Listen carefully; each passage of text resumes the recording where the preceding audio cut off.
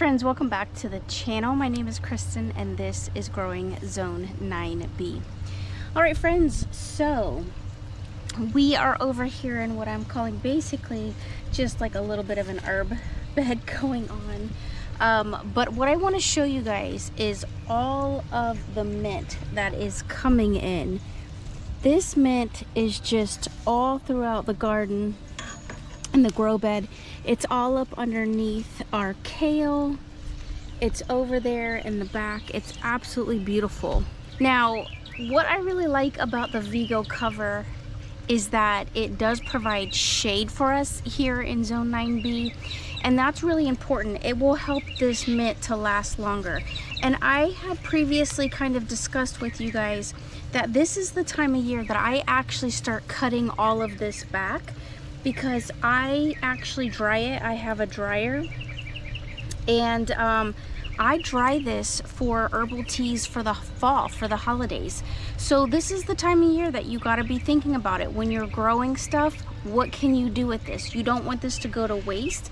And the more that you actually trim it back, the better that it is for you, because this will start to bush out. Now, you don't want to cut it too hard, but you can see here, I mean, I have so much of it. And it doesn't take a lot to really enjoy mint tea. Now, the benefits of mint tea is that, you know, it can help with menstrual cramps. It also helps with boosting energy, which is really important for us, especially like if you're studying for an exam or you just need to be focused on something. A lot of times it's good, especially in a work environment. It actually can bring calmness to the body. And it helps aid in digestion, which I think is really important. So like drinking some mint tea before, you know, you consume food, I think that that's really important. I know in some countries they will serve you mint tea with your meal so that way the food digests much more easily. And that's something that I think as Americans that we have forgotten about, is going back to our roots and going back to nature. A lot of us have digestive issues after, you know, we eat. A lot of us are on, you know, medications and stuff for our stomachs and digestion, especially if you have like antacids and stuff like that.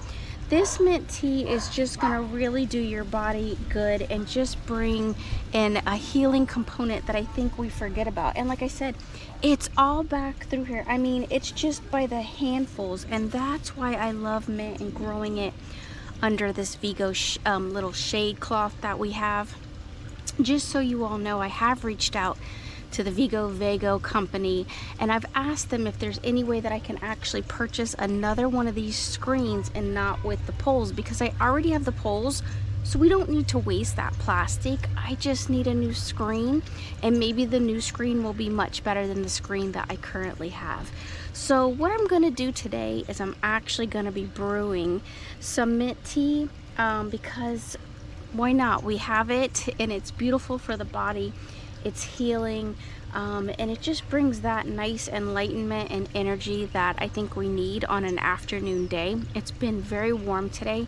It's definitely been over 80 degrees. My fiance has been weed eating and trying to clean up our yard some, and so we definitely want to take time out to be enjoying some beautiful tea. Now personally, I like to obviously use this as fresh as we can when we can. So since it's in season, we're gonna go ahead and get this. Now, you don't need a lot of mint to make a mint tea, and the reason is because when it's fresh, it's best, and fresh is very potent. Just from cutting it, you can just smell it. Even through the stems, you can smell the intensity of this mint.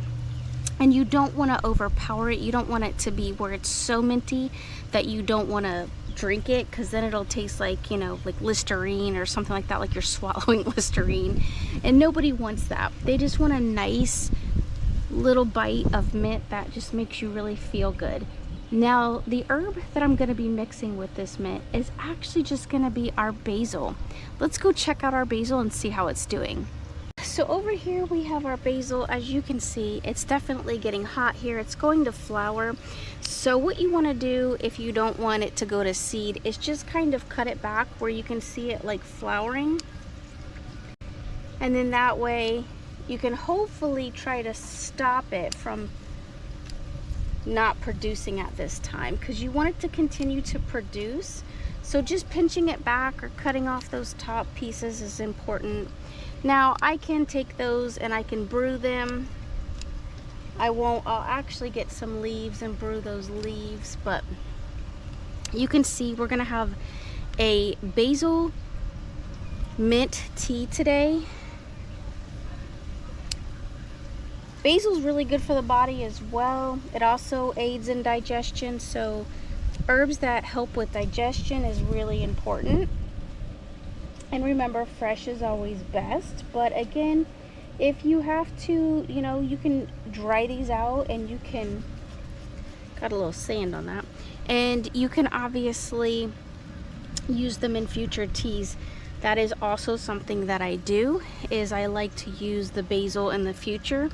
You know, and so I like to try to cut it back and keep it growing for as long as I possibly can here. As you can also see over here,